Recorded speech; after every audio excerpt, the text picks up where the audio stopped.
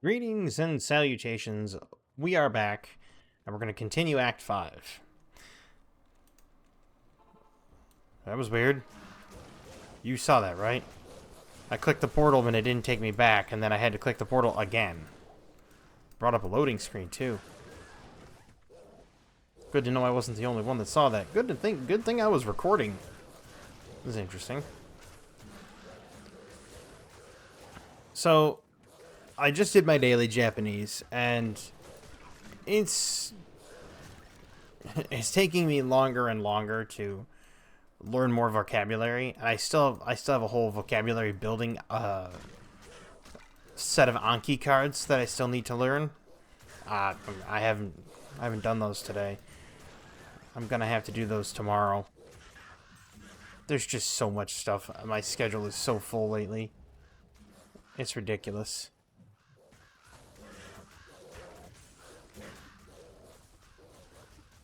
Now, am I gonna do a Halloween special? Ooh. You know what? I got to thinking about it. What would I do if I did a Halloween special? Like, I don't know. Like, to me, Halloween is... The connotation behind Halloween has gotten over-industrialized, as I've made this abundantly clear in a different video. And so I'm not the biggest fan of Halloween. But I don't want to make something, I don't want to make content specifically for, you know, a holiday, so to speak. It'd be like me making Thanksgiving Day content. That would be funny. I would play. Wait a minute. Wait a minute. I'm cooking something up here.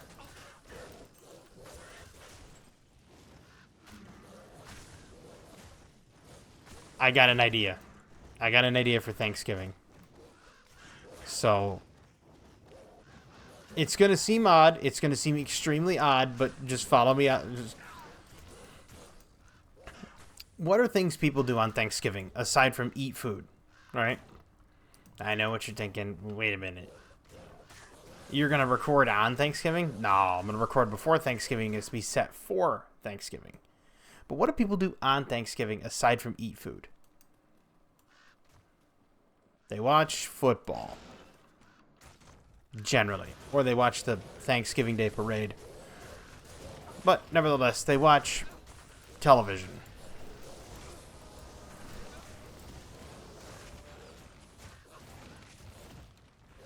So I thought, what if, considering the, you know, football game is going to be like the big ticket on Thanksgiving, I thought, what if I did a Thanksgiving Super Tecmo Bowl recording where I played games of Super Tecmo Bowl.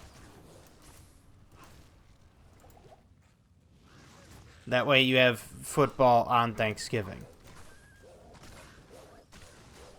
I mean, I have the virtual console on my Nintendo, so I can play Super Tecmo Bowl.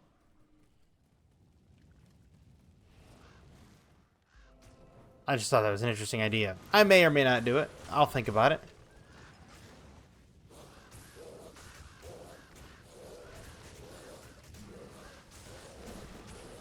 I just have to come up with more content. Yeah, obviously I can bring back the But Will It Snipe, because now that Black Ops 6 is out, that can make a comeback. And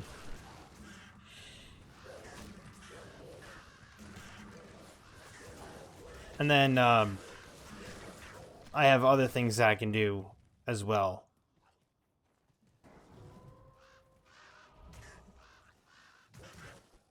But I fear as though I'm running out of some content, and I gotta come up with something. And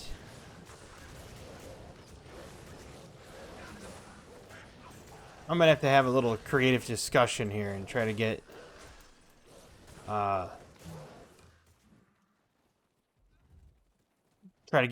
the old creative juices flowing on a new idea. It may or may not come to fruition, but we'll see. Amulet and gauntlets. Those are both good. Because the gauntlets could have magic find and the amulet could have plus the skills. But we're making our way through, which is good. Ooh, I'm going to grab that so that I no longer have curse.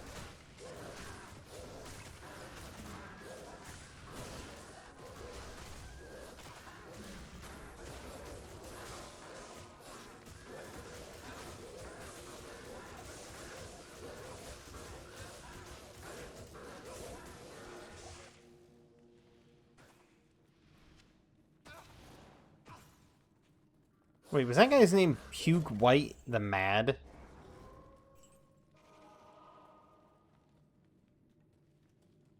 Which, by the way, that's a term you don't hear much anymore, is white. W-I-G-H-T. It's nothing more than a zombie or a ghoul. But it's just a term you don't hear anymore. It's Old English. It's kind of like the term forthwith, you know? You must do this forthwith, or tarry. I mustn't tarry, mustn't hang about. It's kind of weird how language evolves in that way, you know?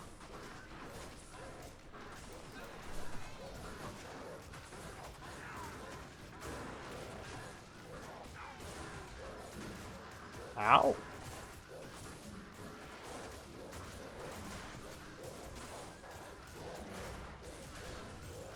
I don't know, that's where my mind goes. I sit there and I think about things like, that word hasn't been used in a while, or, you know, what happened to the usage of that word? And you think about it in the modern context.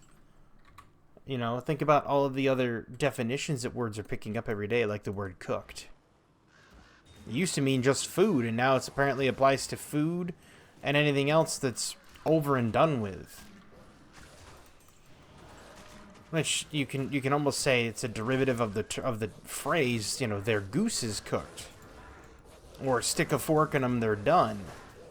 So it's weird how language evolves like that. But we're getting to the point where there's no more stupid millennial phrases, and I'm basically reiterating that from Twitter. I think some of them are highly foolish. Some of the phrases and words are just a complete brain drain, and I personally believe that. But it's one of those things where I think people need to get a thesaurus and look into it, and then just start using old vocabulary. Just start using Old English. You know what I mean? Let's go back to the era where Old English was just the norm, and see what happens, you know? You never can tell what'll happen. But it also makes you think, what's the language going to be like in 100 years? Is there going to be a new dialect? Is there going to be new language? Or is it just going to be, you know, English picking up steam and becoming more widely used? You know, it really raises interesting questions about, like, which language is gonna see more usage, right? I mean, you think about it, you have things like, the most prevalent languages in the world are basically, like, Chinese,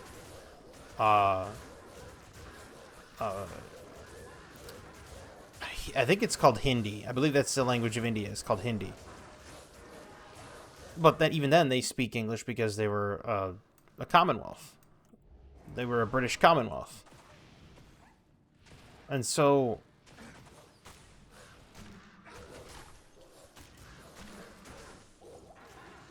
it's like, just given the fact that billions of people speak the language, it's like, which language is going to be around in 200 years? it's going to be weird because you got to think about it. There are some languages out there that were spawned, lived, and then go extinct.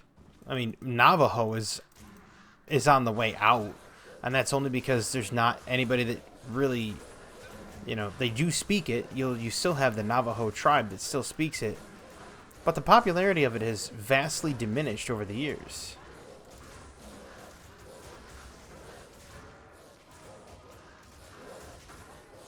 So it's just interesting the way to look at it like that. Of course, people would say, well, the reason why Navajo is not as popular now is because, the Navajo tribe is being crushed under the boot heels of oppressive blah, blah, blah. Look, as someone who's part Native American, though I don't know which tribe, I know it's part of the northeastern tribes, but someone who's part Native American, I will say this.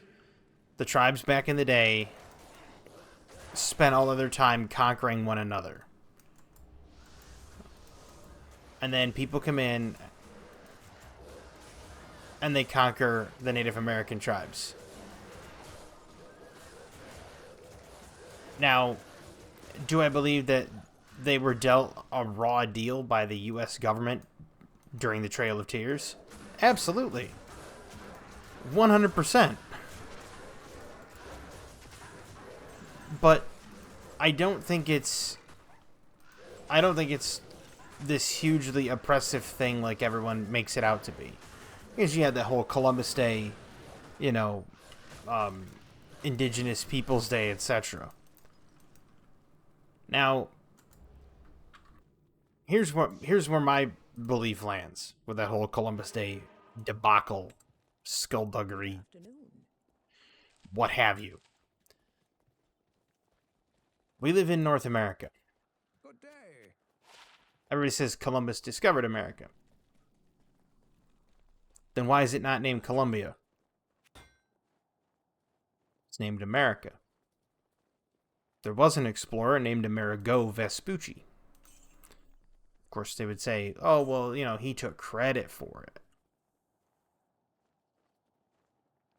Ooh, it's a solid neck piece. I lose regenerate mana and replenish life, but yeah, we'll get rid of it. I don't need suburbs. But Amerigo Vespucci was, they say, oh, he took credit for it. Okay, well, let's say he did. What's the problem? What if he actually did find it? So let's say he discovered America. That's why it's named after him. Columbus discovered Columbia. So far, it seems like a pretty solid situation, if you ask me.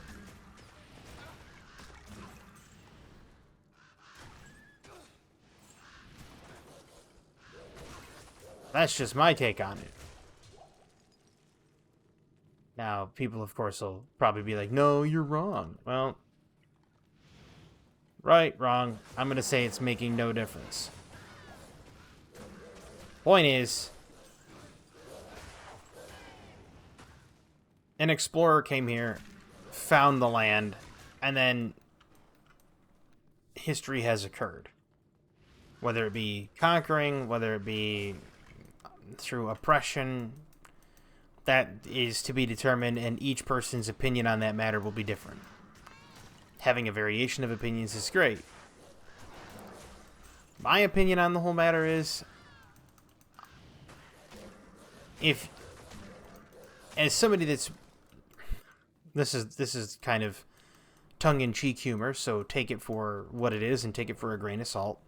As someone who has Irish lineage, British lineage, German lineage, Norse, Scottish, Welsh, French, Swedish, or no, not Swedish, Denmark, so Danish. I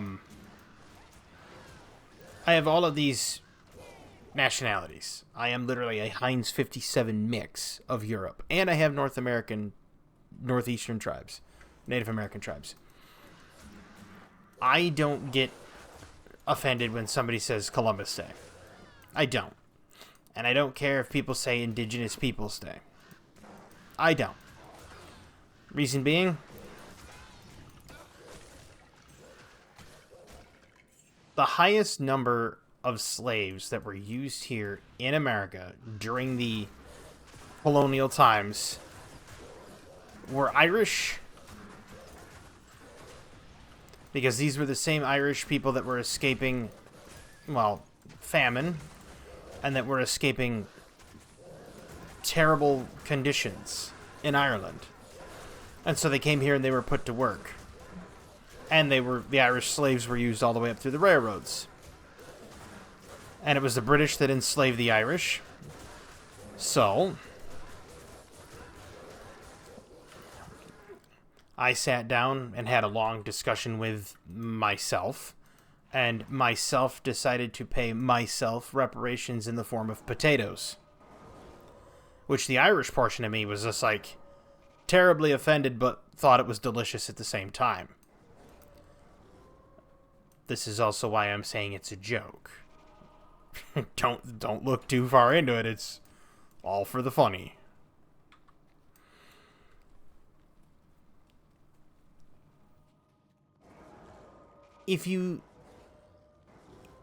I guess the point I'm trying to really drive home is, if you look back into history, and it doesn't matter where you look back into history, you will always find the oppressed and the oppressors. Everywhere. You'll see it in... Oh god, more lightning.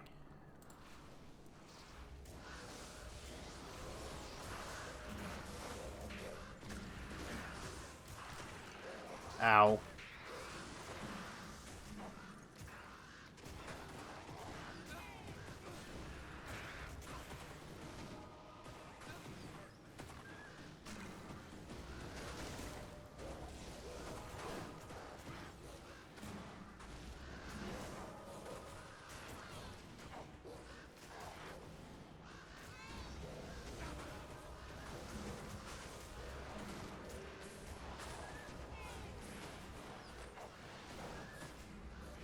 Oh, that's not good. Cold enchanted, fire enchanted. Mold crawler.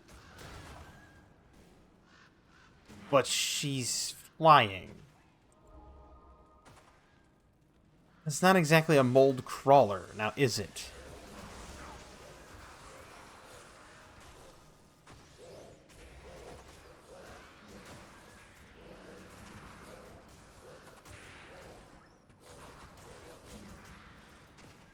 Wow. This is going to be a fun frozen river, isn't it? However, back to what I was saying, you're going to have oppressors and the oppressed throughout all of history. And it doesn't matter where you look. You look at the Egyptians, you had the oppressors and the oppressed. You look at apartheid Africa, it existed. You take a look at the Middle East, Gaddafi regime, etc. That's a lot of damage I took right there. I got lucky I didn't get completely destroyed. I mean, it just exists. And it's one of those things that it's like, does it suck that it exists? Yes. Does it suck that it still exists? Yes. But looking back on it and saying our goal is to make it not exist anymore, that's where you should be, right? You should be able to look at something that has existed since the dawn of time and say, we don't need that anymore, and then work to get rid of it in its forms where it exists. And I don't mean superficially existing. I'm saying legitimately existing. There's a whole bunch of people, right? There's a whole bunch of... It's a political activist group that wants to do, like, reparations for slavery. Which sounds fine on the surface, right? Sounds fine. To repay those that had been, whose family had once been slaves. But I think they got their parties muddled up. How about instead of the reparations, you finish getting rid of slavery in all parts of the world first. There are slave-owning nations that still exist today.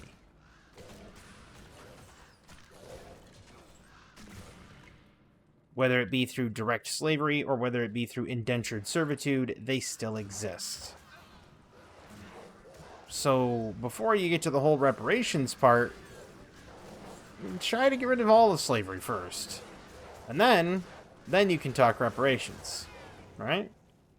Now, let's even look at a bigger picture. Let's pan it out further. What about debt slavery? Everybody's a slave to the debt system. You know, fiat currencies, debt system. They want you to take loans for everything so that you can be indebted to them. And then you notice everybody makes the jokes about student loans, like here's Ethel at the age of 83 just finally paid off her student loans. It's a form of debt slavery, and it's like, well, how come we don't do away with that? Now ask yourself this question. The people that put us into debt slavery, wealthy financiers and whatnot, where's the reparation for the debt slavery? That's an interesting question.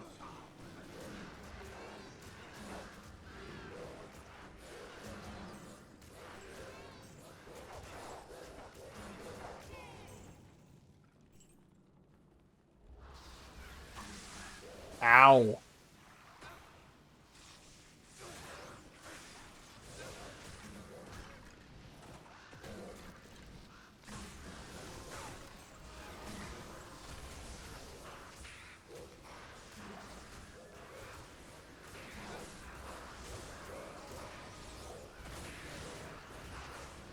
Man, that's a lot of damage.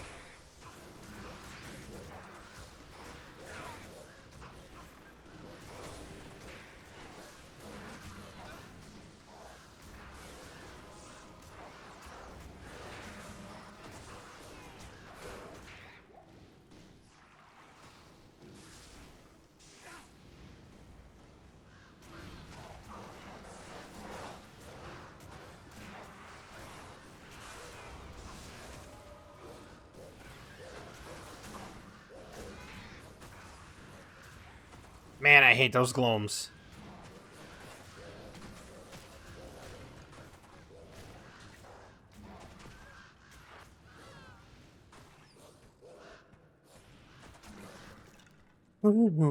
That was a close call on a couple of them.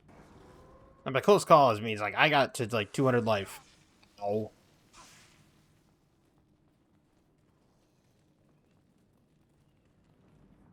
But yeah, so let's think a little creatively here. Do a little critical thinking. The debt slavery. Let's say we get rid of the debt slavery. Okay. It's now completely gone. So now you have a whole bunch of wealthy financiers who have to pay the rest of us what they've taken from us.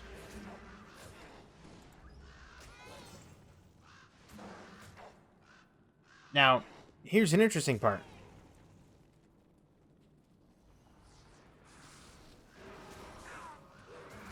You have things like interest rates, right? So like you have to pay the interest on a loan. Okay? Now, if you're paying the interest rate, you're paying extra than what you've paid out, or than what you were paid. So, in a way, that is akin to a tax.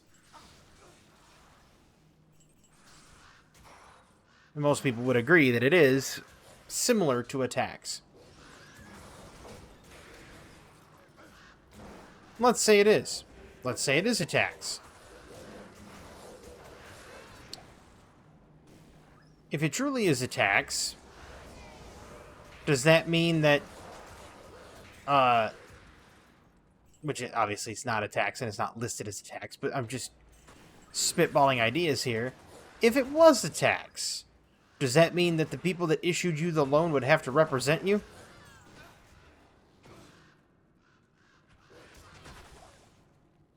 Well, because you can't have taxation without representation, you see.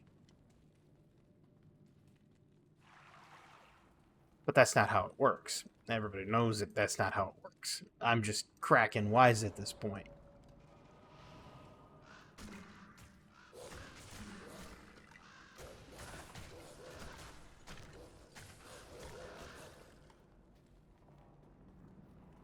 Enough about real world things. It is so weird because, like, when I first started recording this video, this took place legitimately 6 minutes after my previous video. That's when I started recording it. It was legitimately 6 minutes after my previous video. And yet my entire train of thought changed. It went from being about talking about Black Ops and having new content ideas and talking about Pokemon in the previous video to talking about global issues and like weird debt slavery. So, yeah. That's what happens to my train of thought. It just goes. And it's kind of like pulling the drain plug and then just watching the water swirl, you know? It's not necessarily a bad thing. But I guess it's because my mind wanders while playing Diablo.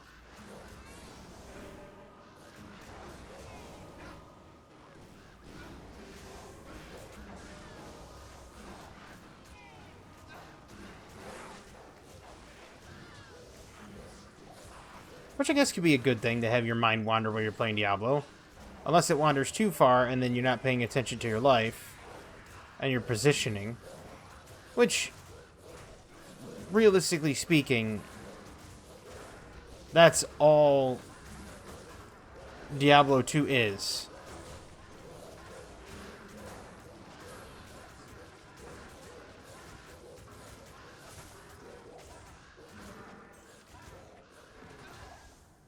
Ow.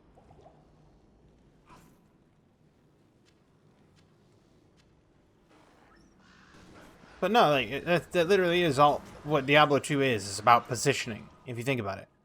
You play hardcore Diablo 2, right? So, I had this discussion earlier with my mom. I was like, I'm proving that that Diablo 2 is not as hard as everyone thinks. The game's not difficult. And it dawned on me. The game truly is not difficult. However, and this is the key, when playing Diablo 2 and playing on hardcore, and when you use more than 2 abilities, more than 2 talents, everyone gets overconfident. They see that they've got this big force and they're just like, aha, I can handle it, right? And they think to themselves that they're going to take that extra step and that they've got it, no worries. Aha, watch. That overconfidence is what leads to the downfall. Which can be seen because the majority of hardcore players start just absolutely plowing through the game at breakneck speed because, well, how can I lose? I've got all of this gear, I've got all of these talents, my character's just absolutely destroying everything. How could I ever lose? Right? And then they die. Overconfidence. Inflated sense of self. An inflated ego. When you're restricted in your talents, you have to pay attention to more things around you, and you have to worry more about positioning.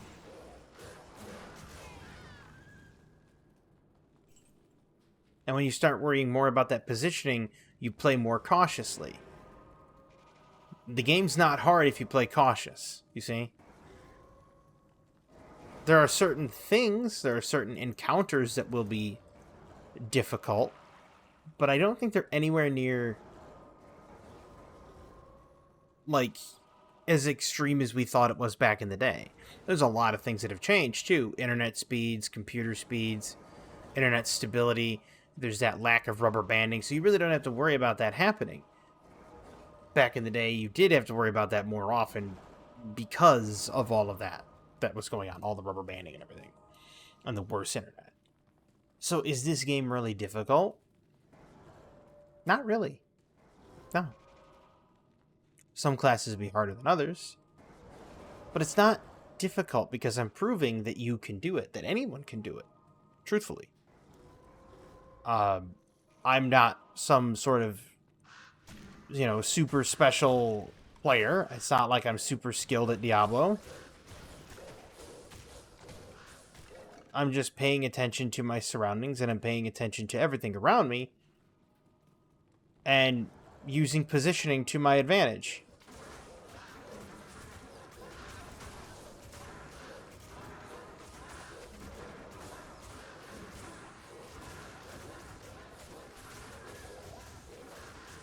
Oops.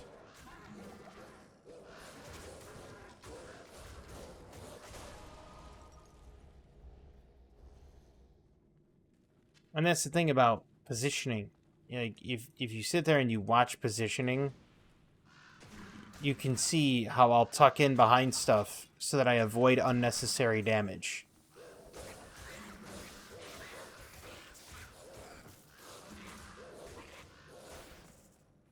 And I'll move in such a way that I can get a vantage point on the opponent. And if I can't get a vantage point on the opponent, I will summon a wolf that can.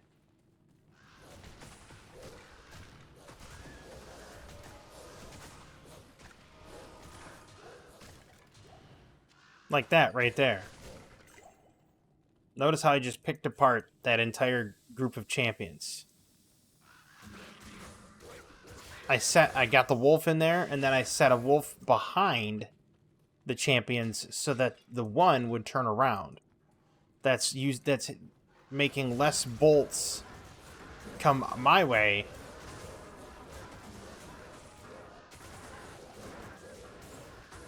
And allowing my units to get into the back row where they need to be.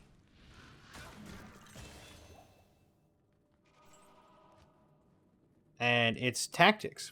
I mean, essentially, that's all it is. It is tactics. I'm going to pour myself a cup of coffee. But using these tactics and using the positioning is what differentiates somebody from just running in, like their hair's on fire, and people slowly picking apart the opponent. I mean, maybe that's from my, years of playing StarCraft, years of playing Warcraft 2. Mind you, I'm not anything to write home about in those games either. It's not like I wasn't grubby. Anybody that knows who Grubby is.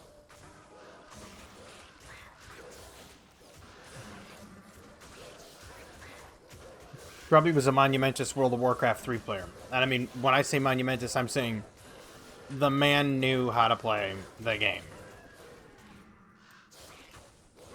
But what I'm doing is I'm applying positioning to an RPG.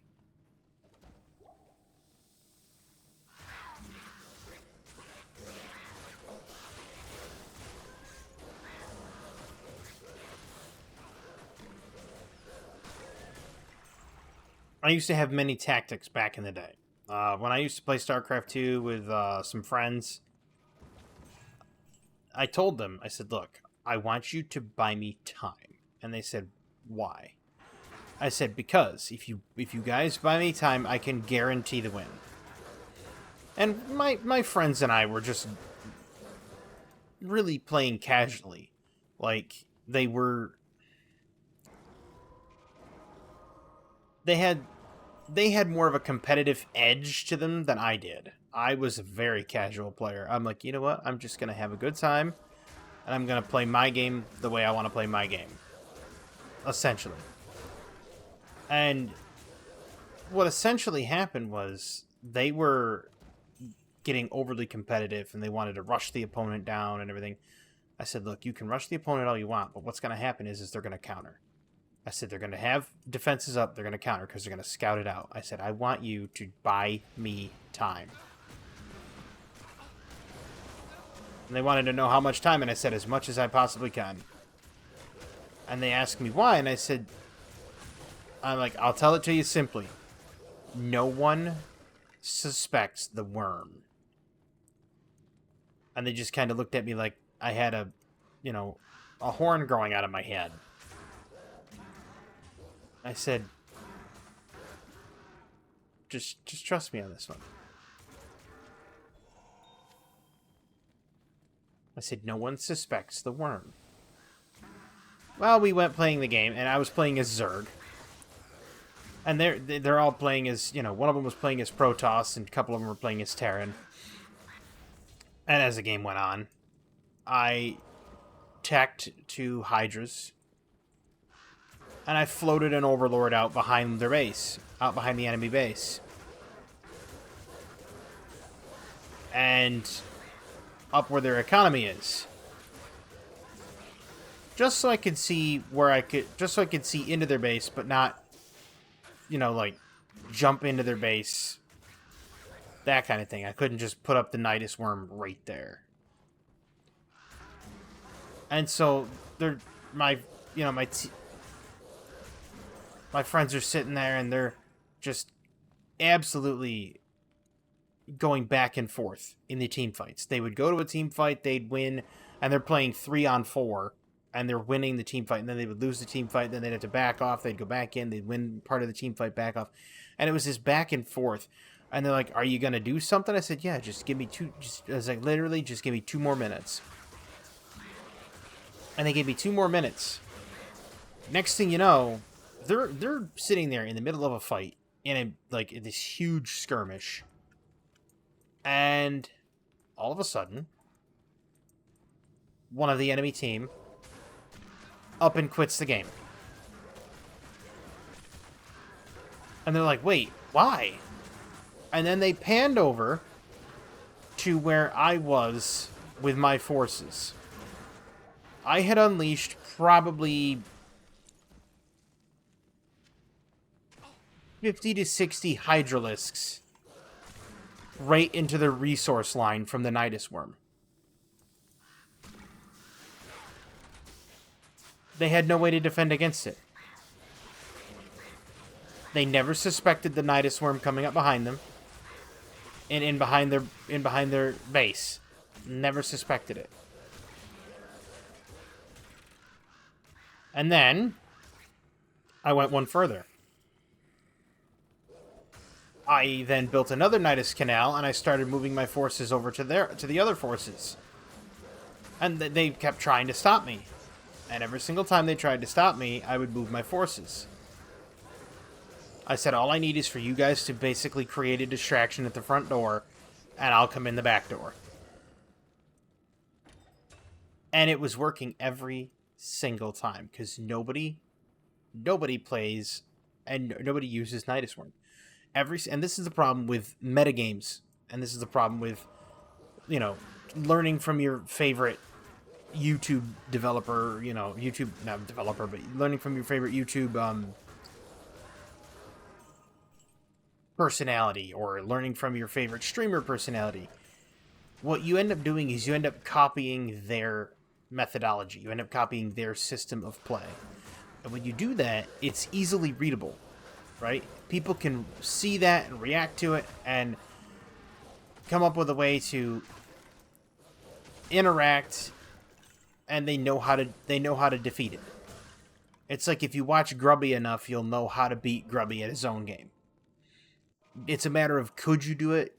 Maybe. I don't know. I don't know how skilled players are. I know my skill and the lack thereof, and that's it. But what I'm saying is if you watch it enough, you can learn how to use it against them. it's no different than back in the day. I watched a lot of Justin Flynn. You probably don't know who Justin Flynn is. I haven't heard that name in a long time. I don't even know if he still does any content or if he's even still caring about Pokemon. Justin Flynn was this big Pokemon streamer way back. And I watched him play a lot. I watched how he played. I watched how he built his teams. I watched everything about it. Just took it all in. And I went and I made a team. And I thought, I'm going to throw myself in the randomizer. That's what he called it. And he would randomize and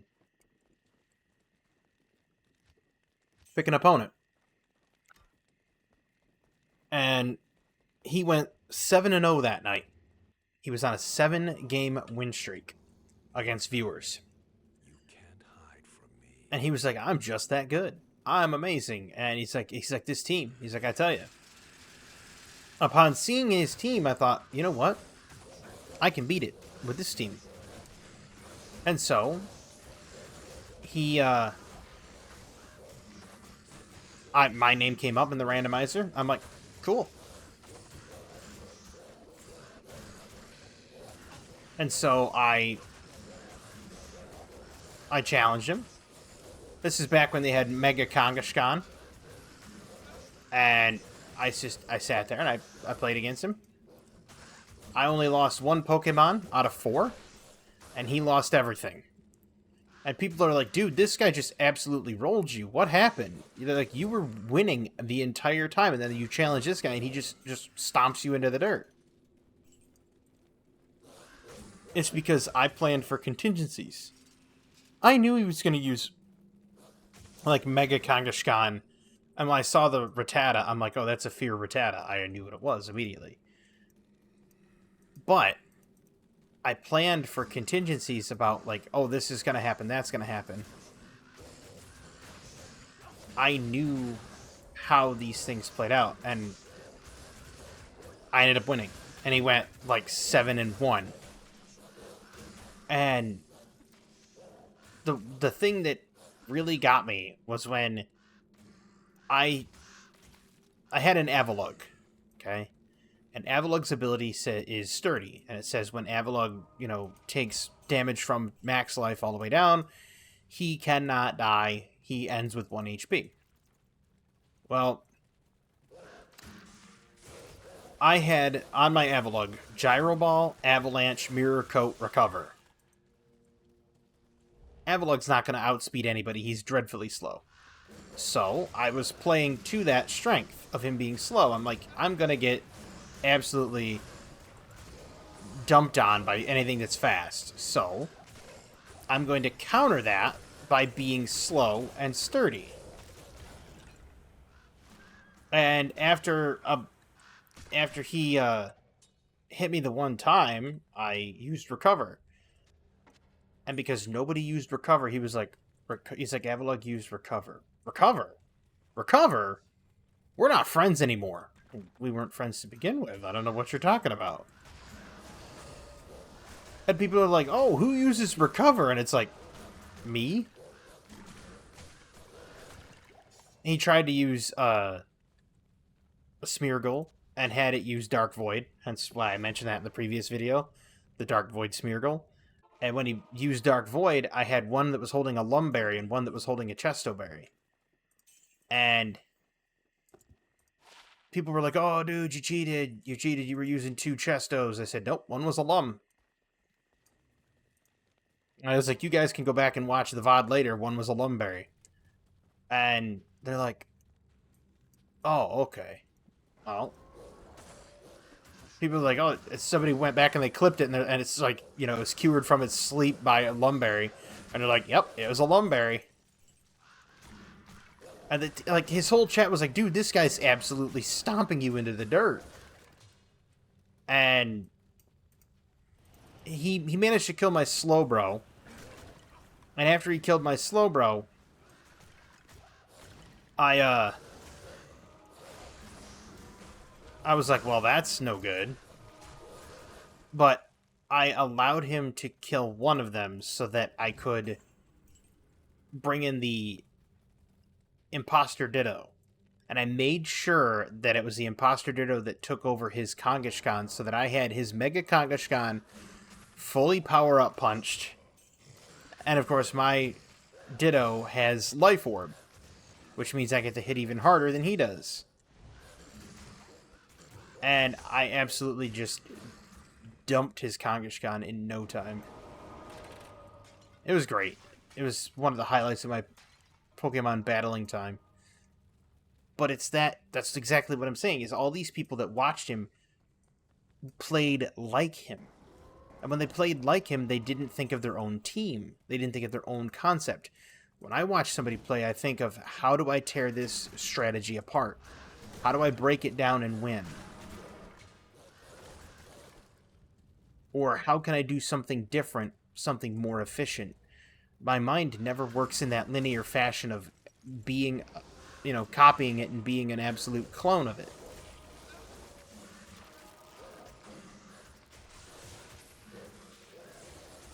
So it's kind of interesting that that's how my mind works. It immediately decides to go the opposite direction and become something that is the antithesis of what I'm against.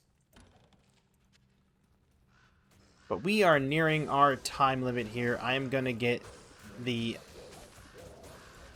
Halls of Vought waypoint. Or the Halls of Pain waypoint, I think it is. And then I'm going to call it for this. There was somebody on one of my Pokemon videos. He sent me a comment, and I was waiting for them to comment back, because I responded. I was waiting for him to comment back. I'm thinking to myself, oh, it would be great. I would sit down and have a fun game with him or two. I don't have a problem. And obviously, I haven't watched how he plays, so I will be taken by surprise if that is the case. And again, I don't mind. I'll be gladly be surprised. I'm good with it. It allows me to think on my feet.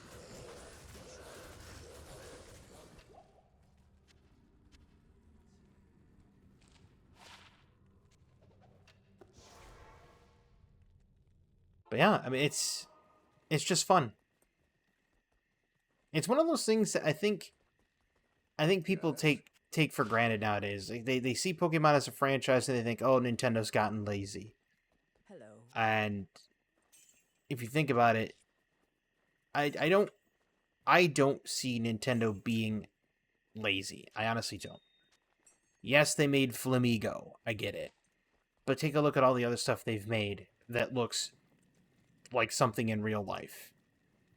Realistically speaking, how many times are you going to be able to make a creature and have it be unique?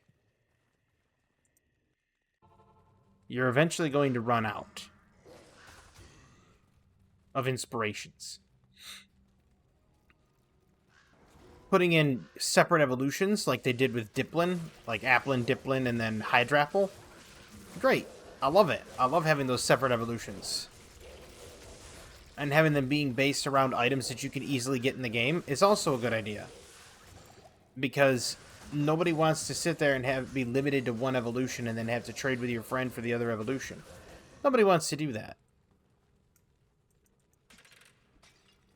However, I think if people got into it and you had friends that you could convince to get into it and to get into the competitive aspect of it, not just the collecting aspect of it, I think that's where a lot of people would... I think you could see a big, not even esports scene, but just a big tournament scene come out of it. Which kind of dovetails back into the whole thing I was talking about with physical releases. Because if you think about it, physical releases have been on the decline. What if you were to make... What if you were to do, like, promotionals, right? So, here's this physical release of a game, And because it's a physical release of a game, what we're going to do is we're also going to have a tournament that day of a different game.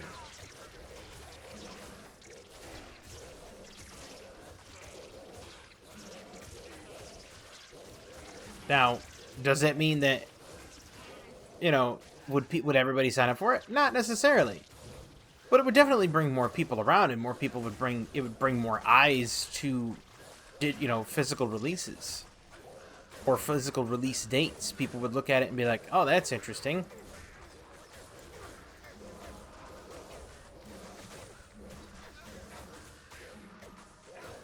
And I think it would create a buzz.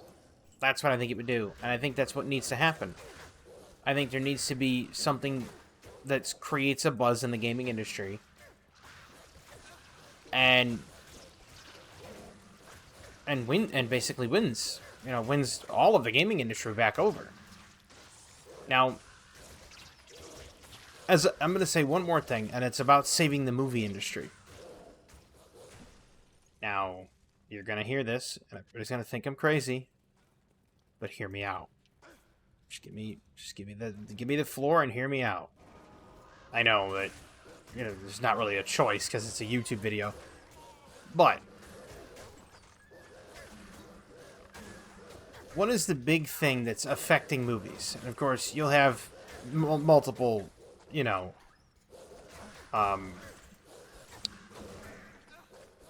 you'll have multiple opinions on this. Multiple opinions. To which I tell people, you want to know what I think is affecting the movie industry the most? Is the lack of an interesting storyline. I think people have gotten to the point where all the storylines are played out, and people are just looking at it like, man, this is lame. Like, these storylines are just lame. Now, what if you went into a movie theater and it only sat down, and you only sat down and in there was maybe 25 people? 20. Well, it couldn't be 25 people. You'd have to have an even number because, you know, you'd have couples that like to go to a movie date. But let's say you go into a movie theater and it seats 30 people, right? Now, I know what you're thinking. Only 30? Seems a little rough. Each seat has a virtual reality headset. Like an actual, like, 3D camera. So, you know, they film the entire movie with a 3-dimensional camera. So everything is filmed with that, you know what I'm talking about, like the 3D spherical camera, where you could look around like this and look all over the place in the movie, right? They had some YouTube videos that were shot with a 3D camera, and it was incredible because you could sit there and move the YouTube video and look around the room. So that's what I'm talking about, is that type of 3D camera technology. It's not a 3D camera, sorry, it's a 360-degree camera. My apologies, a 360 camera. So you get a 360 camera, and you film the entire movie on a 360 camera. Now, when you sit down to this movie, you are given a headset, a virtual reality headset, and you are given a set of VR controllers. Now, your VR controllers are just so you can choose your choices on the screen, right? And I'll explain this out in a second. What you are basically making is you're making a choose-your-own-adventure movie.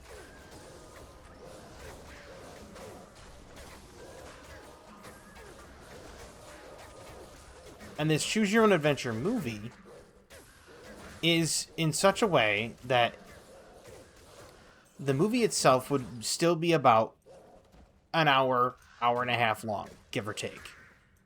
But it would have multiple endings. So let's say it's an action film, and it comes up to a scene, and it's like, I'm telling you, we gotta go, and we gotta hit them hard, and we gotta hit them right where they live. But somebody's like, look, I'm telling you, man, that's a suicide maneuver. Instead of hitting them where they live, we should take out their financials first. Meanwhile, the third guy's just like, even if you take out their financials, you're still gonna have all the grunt people that are. You're still gonna have all the grunts that are gonna work for free, all because they want to control things. And so then the people in the movie will be like, well, what do you think we should do, huh? And they'll all look at you, and then you get to choose what path. And then when you choose that path, it starts a scene of the movie that only the people that chose that path get to see. And then it'll come up to a new option. Now, some movies will have good endings, some movies will have bad endings. All, like, you name it, you'll have multiple endings. Like, each movie will have, like, 8 to 10 endings. Right? And what this does is this inspires people to go back and watch the movie again. Thus doubling and tripling your turnout, your viewer turnout.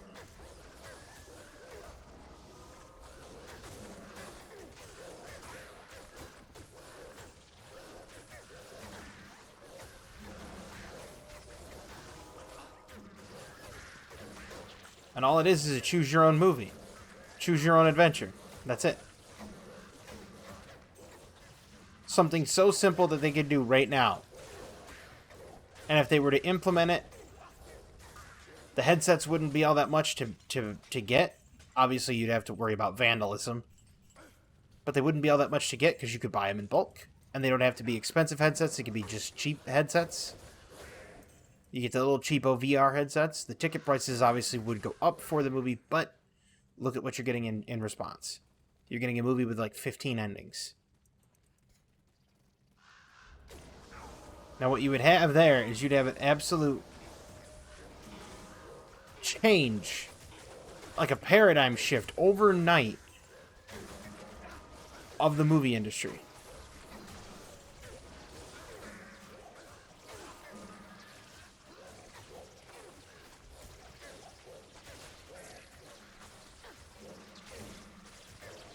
See this? Look at the dispersion I have here. I have 2 here. I have 3 here. So I have basically a good saturation of units covering other units.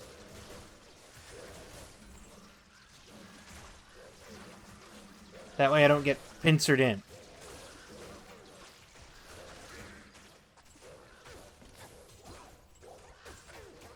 But like I said, that would fix all of the movies.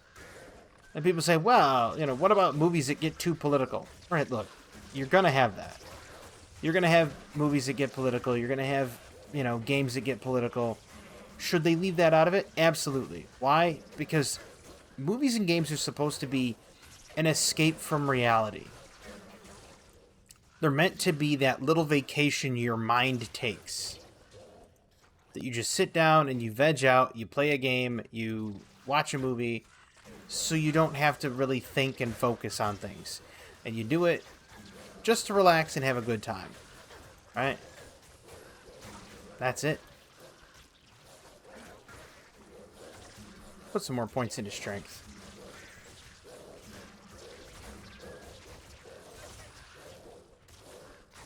Hey, we're 58. We're almost 60. How about that? And I think we've gotten off into the weeds on that one, right?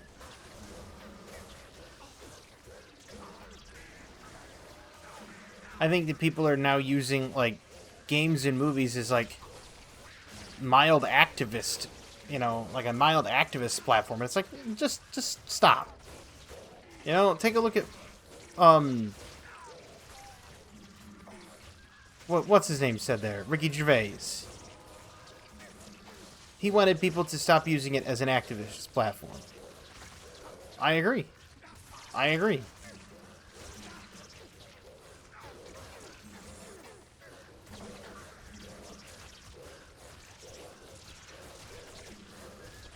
Then again, I'm referencing, you know, Ricky Gervais at the Golden Globes or whatever ages ago,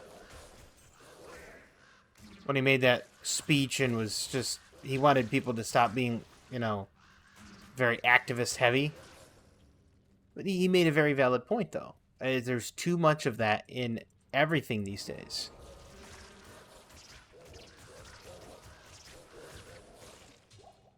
Way too much of it.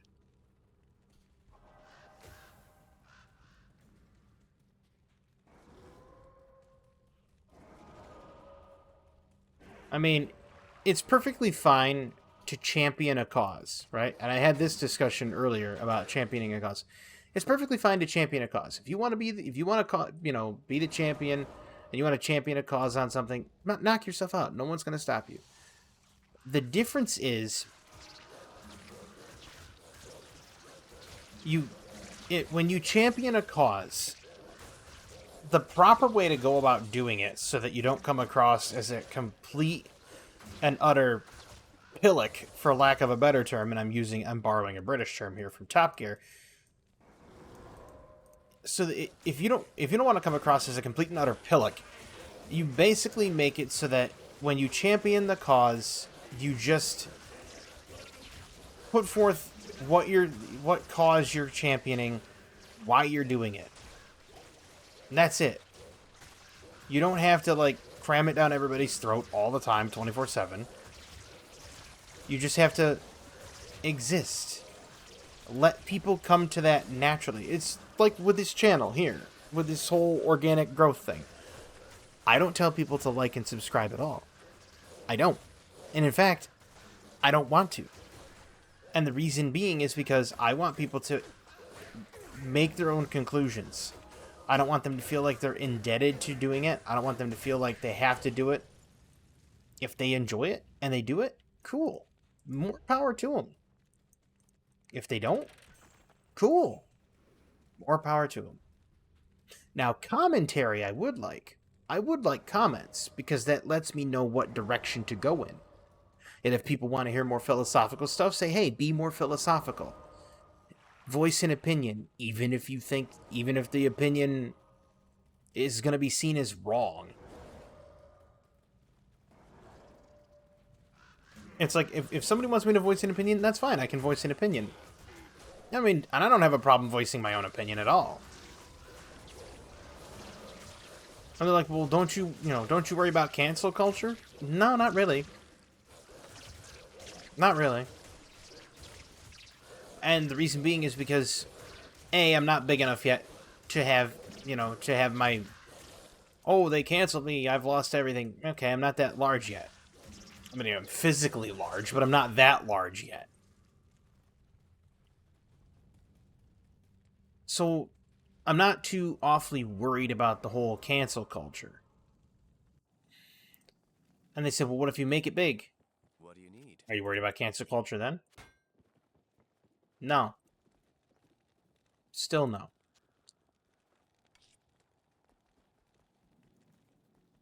Mostly because when somebody voices an opinion, other people don't have to agree to it. They don't. You voice an opinion and you say, this is the opinion I have, this is why I have the opinion, and this is my justification for having the opinion.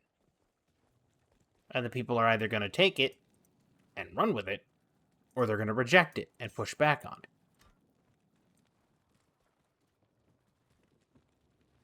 Now they say, well, we're going to take away we're going to take away his means of living, or take away his monetary, his monetization, and we're going to ruin his life that way. And I want to point something out. There was a very specific group of people that used to do that because somebody would say something that they found distasteful. Those people that went out and silenced the opposition ended up being one of the most villainous groups of people in the world through the way of silencing their opposition. Because they thought, well, if we get rid of all the things we don't like, then there won't be any issues. And I've already had this discussion about balance before. If you don't have the balance and you have one side take all the power, what happens? They start finding the person that's least like the ones in power and they ostracize. Happens all the time. So you need that balance. That balance must exist. Balance has to exist in all things. Even this game, even Black Ops, everything. Everything must have balance. But I hope you enjoyed the video, even though it went an hour long. I hope you enjoy it. I know I do. And I hope you have a fantastic evening, a wonderful tomorrow, and as always, have a good one.